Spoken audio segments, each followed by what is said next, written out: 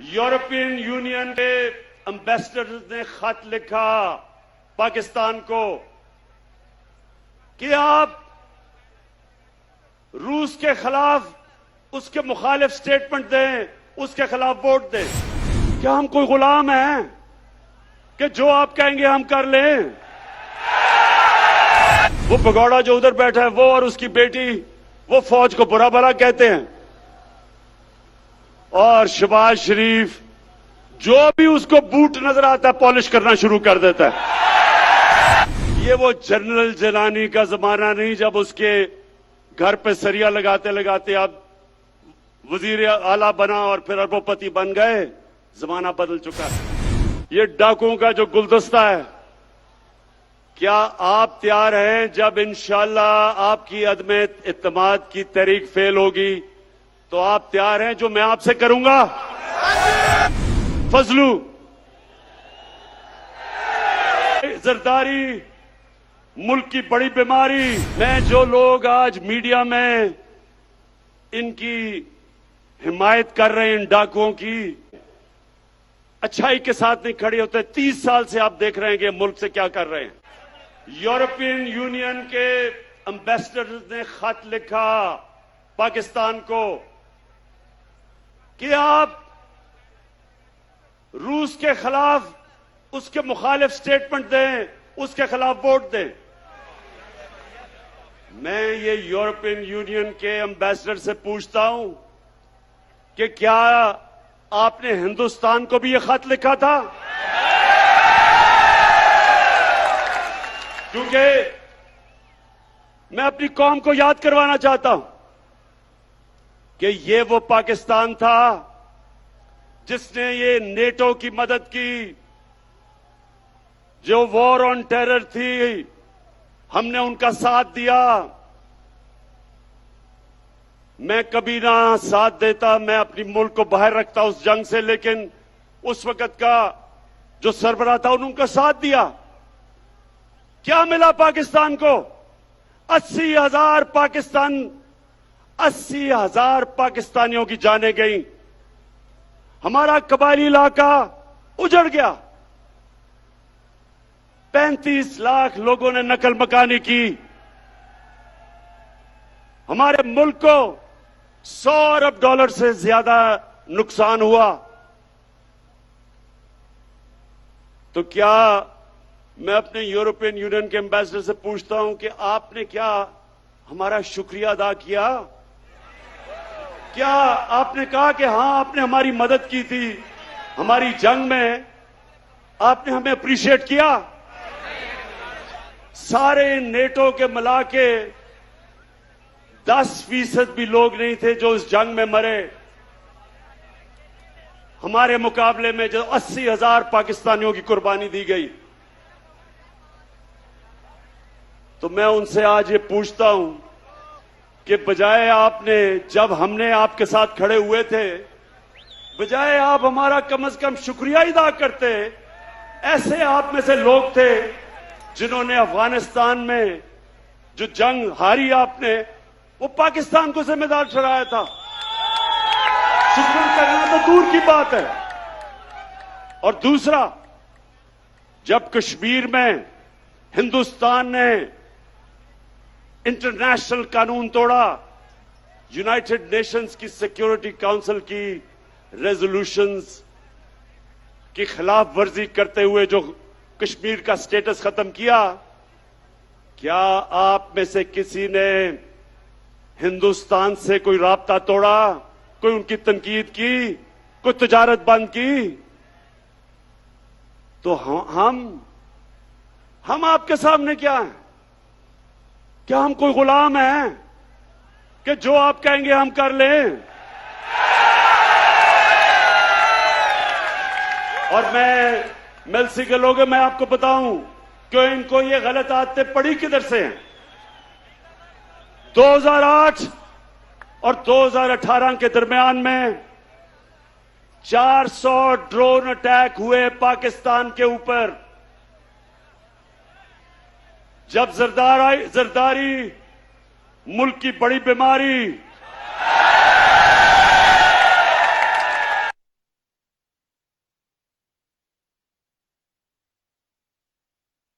आज़म इमरान खान हुआ जो दुनिया की तारीख में कभी नहीं हुआ। नौजवानों, आपके पास सोशल मीडिया है अपने पे, आप जरा गूगल करके देखें कि कभी ऐसा हुआ है कि एक मुल्क किसी मुल्क की जंग लड़ रहा है, उसके लिए जंग लड़ रहा है, और वही मुल्क उसी के ऊपर बमबारी कर रहा है। ये कभी हुआ है? और सवाल ये है कि ये दो डाकुओं ने क्यों नहीं उनसे पूछा, क्यों नहीं उनको कहा कि जब गांव के अंदर और हमारे कबायली इलाके पे जब ड्रोन अटैक यानी बम फटता था तो आपको पता है औरतें, बच्चे, बेकसूर लोग मारे जाते थे। जब ड्रोन अटैक एक घर पे फटता है तो लोगों के गोश्त के टुकड़े दीवारों पे होते हैं। इनको कोई शर्म नहीं आई कि हमारे पाकिस्तानी मर रहे थे।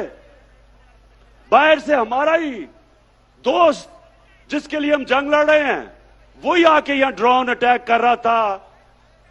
क्यों ये दोनों बोल नहीं रहे थे? क्यों नहीं बोल रहे थे?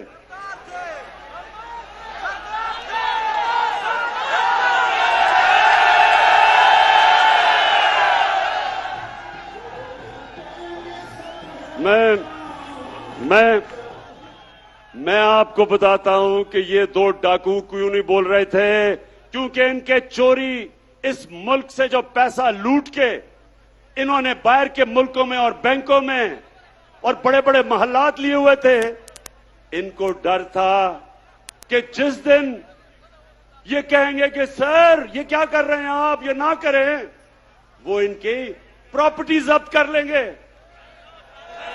आज रूसियों की जो उनकी मगरब में असासे हैं वो जब्त कर रहे हैं। इनको भी वही डर लगा हुआ था। तो ये पैसे के बुत की पूजा करने वाले चुप करके तमाशा देखते रहे और हमारे लोगों का खून होता रहा।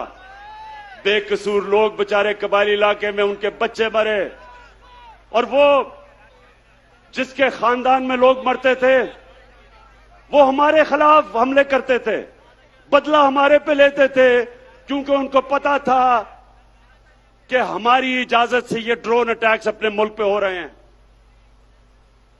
आप बताएं, जब से इमरान खान वजीर आजम बना कोई ड्रोन अटैक हुआ है? ना ही हुआ। और मैं आज अब सबके सामने कहता हूं कि कभी किसी ने कोशिश की ड्रोन अटैक करने की, मैं पाकिस्तान की एयरफोर्स को कहूंगा कि वो ड्रोन को नीचे गिरा दे। इसलिए कि यह कानून की खिलाफ वर्जी है। कोई दुनिया में कानून इजाजत नहीं देता कि आप किसी के मुल्क में आके अटैक करके और लोग मार दें। अंग्रेजी में कहते हैं जज, ज्यूरी, एक्सिक्यूशनर। ये किसी कानून के अंदर नहीं है, ये जंगल के कानून के अंदर है।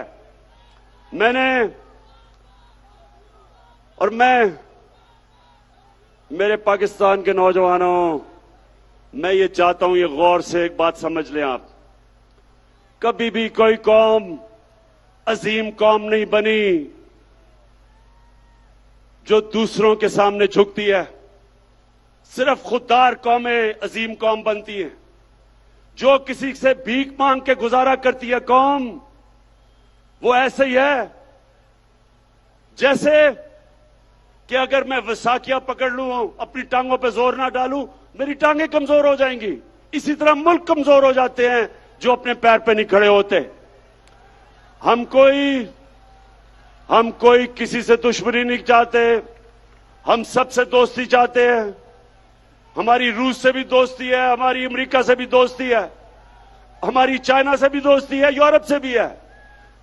हम किसी कैंप में नहीं हैं, लेकिन क्योंकि हम न्यूट्रल हैं, इंशाअल्लाह हम उन मुल्कों के साथ मिलकर एक दिन कोशिश करेंगे कि जो यूक्रेन में जंग है ये बंद हो। इससे बहुत दुनिया को नुकसान हो रहा है। इससे तेल की कीमतें आसमानों पे चली गई, गंदम की कीमतें आसमानों में, गैस की कीमत उधर पहुंच गई है कि ये यूरोप जैसे मुल्क, बर्तानिया जैसे मुल्क में इस वक्त लोगों को मुश्किल पड़ी हुई है।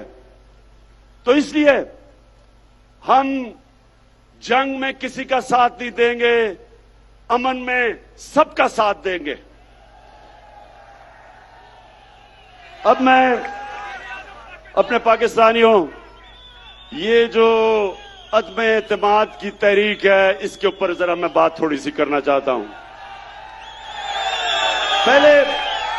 पहले ये लोग कौन है जो अदम एतमाद की तहरीक चला रहे हैं?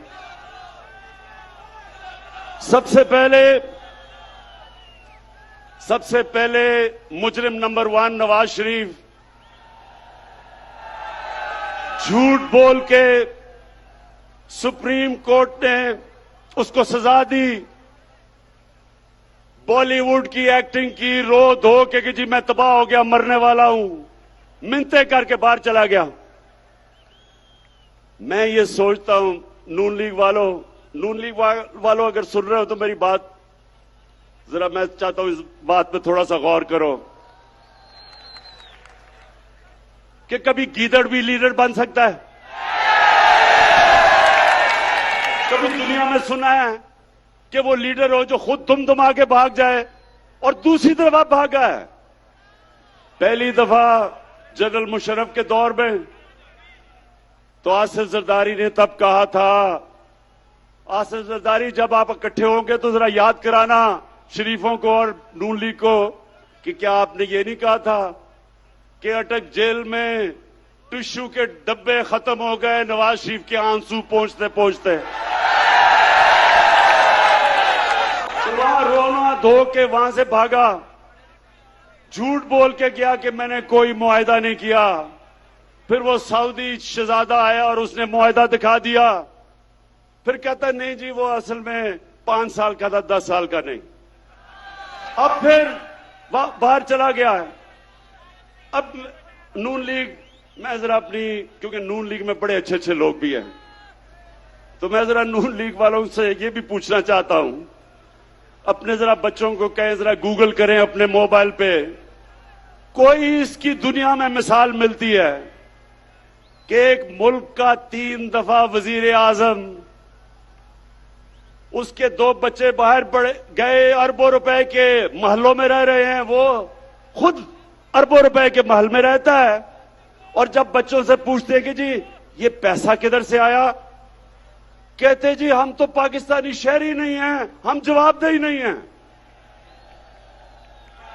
यानी 3 दफा मुल्क का सदर, प्राइम मिनिस्टर, इसका मतलब कि वो फिर ये सिर्फ पाकिस्तान को लूटने के लिए आते हैं, पैसा चोरी करके बाहर, छुट्टियां बाहर, ईद बाहर, घर बाहर, शॉपिंग बाहर, और पाकिस्तान सिर्फ लूटने के लिए रखा हुआ है। ये है नंबर 1 जो चाहता है अदम एतमाद की तहरीक हो, इसलिए कि वो चाहता है कि फिर से उसको याद आ रहा है कि कैसे उन्होंने मजे मजे से पाकिस्तान को पिछले 30 साल में लूटा है। दूसरा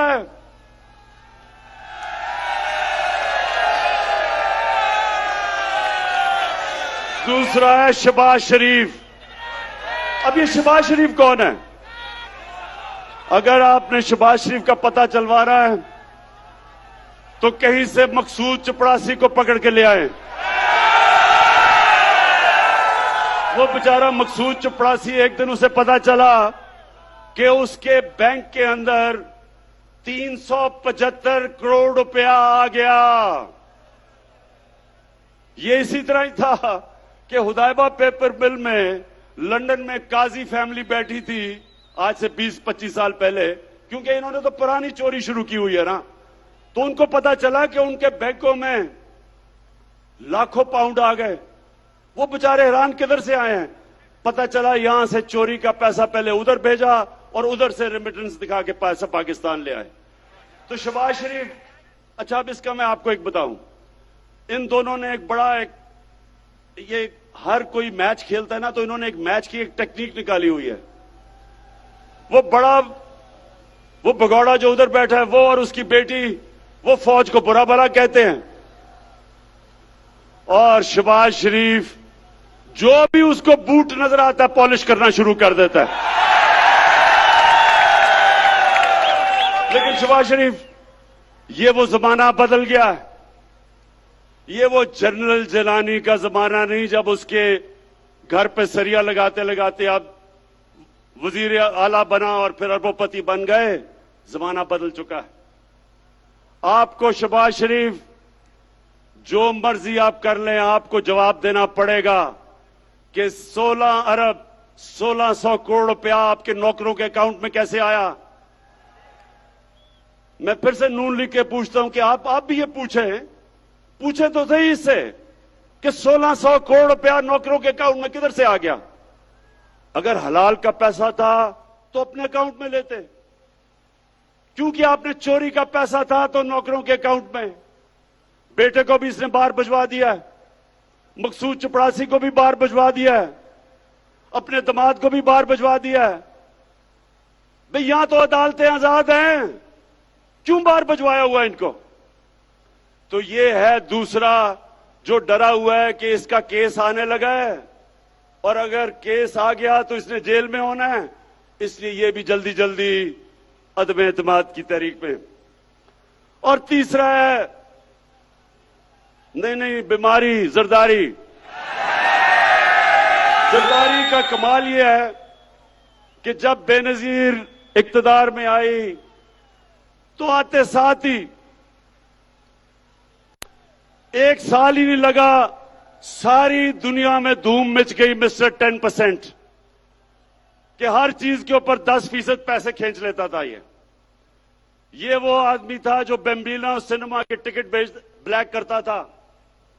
उसके बाद जो इसने पैसा बनाना शुरू किया, इसके और नवाज शरीफ के ऊपर बाहर के अखबारों के अंदर मजमून आए, किताबों के अंदर इनका जिक्र आया, इनकी चोरी का। बीबीसी के ऊपर फिल्में बनी इनकी चोरी पे। इसी जरदारी को 2 दफा नवाज शरीफ ने जेल में डाला करप्शन पे, और हुदैबा पेपर मिल का जो करप्शन का केस था वो जरदारी ने उसके ऊपर बनाया नवाज शरीफ पे। 96 की असेंबली में आसिफ जरदारी से पूछा गया कि सरे महल आपका है या नहीं है। एक बड़ा महंगा इसने महल खरीदा बर्तानिया में। इसने असेंबली में कहा यह मेरा नहीं है। वो केस हुआ, केस पाकिस्तान जीत गया, सरे महल को बेचा, पैसा पाकिस्तान आना था। इतने में मुशर्रफ ने इसको एनआरओ दे दिया, पैसा भी हजम कर गया वो। ये फिर $60 मिलियन यानी $6 करोड़ पड़ा था स्विट्जरलैंड में। पाकिस्तान ने केस किया, पाकिस्तान केस जीतने लगा था, मुशर्रफ ने एनआरओ दिया, वो भी हजम कर गया। ये हैं वो लोग जो सारे मिलके कि जी वो बहुत बुरे हालात है पाकिस्तान के, अदम एतमाद हम लेके आएंगे। और चौथे नंबर पे फजलू।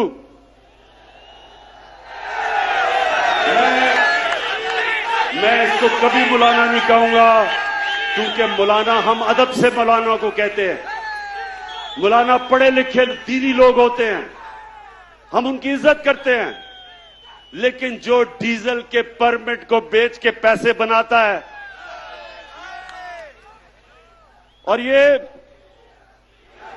ये सिर्फ पैसे नहीं बनाता, ये ब्लैकमेल करता है। मदरसे के बच्चों को ले आया, इस्लामाबाद में धरना दिया। वो मीडिया ने जाके मदरसों के बच्चों से पूछा कि ये क्यों आए हो तुम धरना देने। उन्होंने कहा जी इसलिए कि इमरान खान यहूदी एजेंट है। उन्होंने कहा कि ये यहूदियों का या साजिश कर रहा है पाकिस्तान में। मौलाना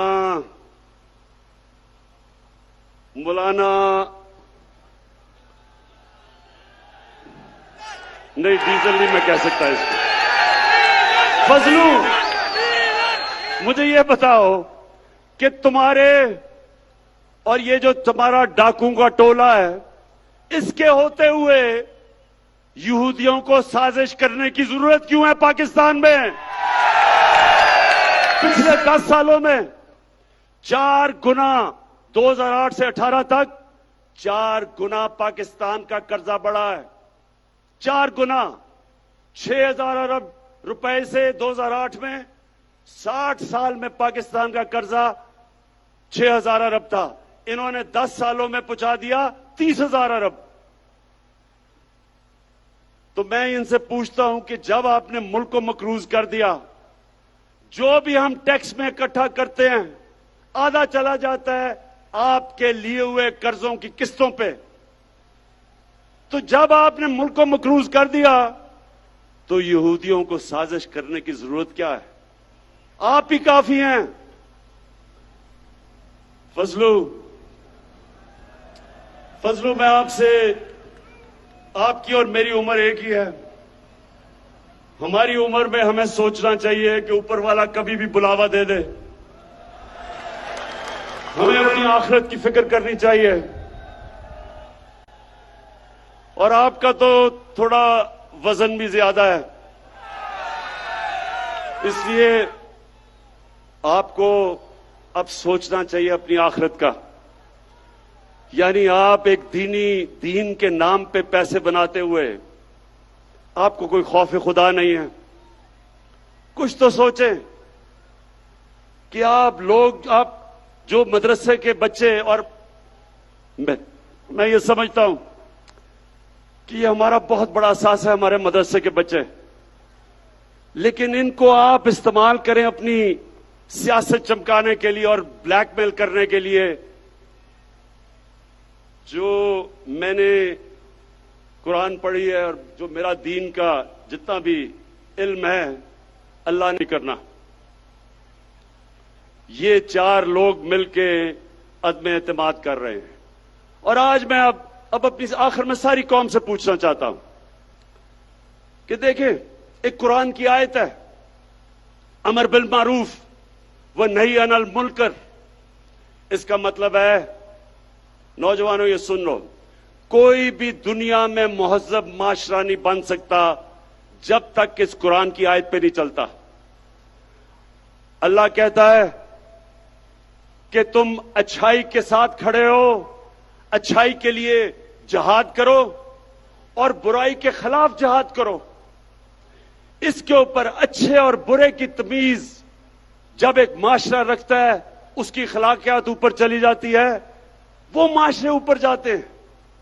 और जिन माशरों के अंदर कानून की बालादस्ती होती है, कानून की बालादस्ती और हुक्मरानी का मतलब कि कमजोर और ताकतवर का एक ही कानून, जिसके लिए हमारे नबी सल्लल्लाहु अलैहि वसल्लम ने कहा था कि तुम्हारे से पहले बड़ी कौमें तबाह हुई जो ताकतवर चोर को सजा नहीं देते थे और बेचारे कमजोर चोर को जेल में डालते थे। कौम तबाह हो गई है तुम्हारे से पहले कई। अब ये जो चोरों का टोला है, ये सारे जो आपकी कौम को नुकसान पहुंचा रहे हैं, 35 साल से ये नुकसान पहुंचा रहे हैं। मैं 1990 की बात करता हूं। मैं जब क्रिकेट खेलता था, हिंदुस्तान से जब मैं पाकिस्तान आता था, तो लगता था एक गरीब तरीन मुल्क से एक अमीर तरीन मुल्क में पहुंच गया हूं। हम उनसे आगे थे, हम सारे बर्रे सगीर में सबसे आगे थे। जब ये चोरों का टोला इस मुल्क के ऊपर मसल्लत हुआ, हम सबसे पीछे रह गए। ये अमीर तरीन हो गए हैं, कौम मकरूज और गरीब हो गई है। ये समझ जाए मेरे मेलसी के नौजवानों, ये आप समझ जाए, जब तक एक कौम अच्छे बुरे की तमीज नहीं करती, कौम ऊपर नहीं जा सकती। मदीना की रियासत में हमारे नबी सल्लल्लाहु अलैहि वसल्लम ने इखलाकियात के ऊपर अपनी रियासत की बुनियाद रखी थी और इंसाफ पे, उस पे वो दुनिया की अजीम कौम बने थे। जब इस तरह के चोर मिलके सिर्फ एक ही काम है कि बारियां लेते रहें, खाते रहें। जो इनको इत्तेसाब इनका करने लगे तो उसके साथ सब मिलके उसको गिराने की कोशिश करें। तो ये लोग, मैं अपने मीडिया से कहता हूं कि आप, मीडिया एक वॉचडॉग होता है, मीडिया का काम होता है लोगों को अच्छे बुरे की तमीज दें। आज मगरबी मीडिया कभी भी किसी के ऊपर चोरी का इल्जाम हो वो तकरीर नहीं कर सकता, वो मीडिया के सामने नहीं जाता। अगर कोई पकड़ा जाए करप्शन में, माशरे में उसकी सोशल बॉयकॉट हो जाती है, कोई उसके करीब नहीं जाता। तो मीडिया आपकी भी जिम्मेदारी है, आपके बच्चे हैं। मैं जो लोग आज मीडिया में इनकी हिमायत कर रहे हैं इन डाकुओं की, मैं आपसे ये सवाल पूछता हूं कि क्या आप चाहेंगे कि आपके बच्चे फजलुर रहमान फजलू डीजल हो जाएं, या आप चाहेंगे कि मकसूद चपड़ासी वाला शोभा शरीफ आपका बेटा बन जाए, या आप चाहेंगे कि भगोड़ा नवाज शरीफ बन जाए, और या आप चाहेंगे कि आपका बेटा जरदारी की तरह बन जाए? कोई नहीं चाहेगा। तो फिर आप क्यों इस मुल्क में अच्छाई के साथ नहीं खड़े होते? 30 साल से आप देख रहे हैं कि मुल्क से क्या कर रहे हैं। मैं आज आखिर में एक बात कह के अपना बात खत्म करता हूं कि मैं 25 साल पहले मैं सियासत में आया ही था इनका मुकाबला करने के लिए। जब तक मेरे में खून है मैं इनका मुकाबला करूंगा।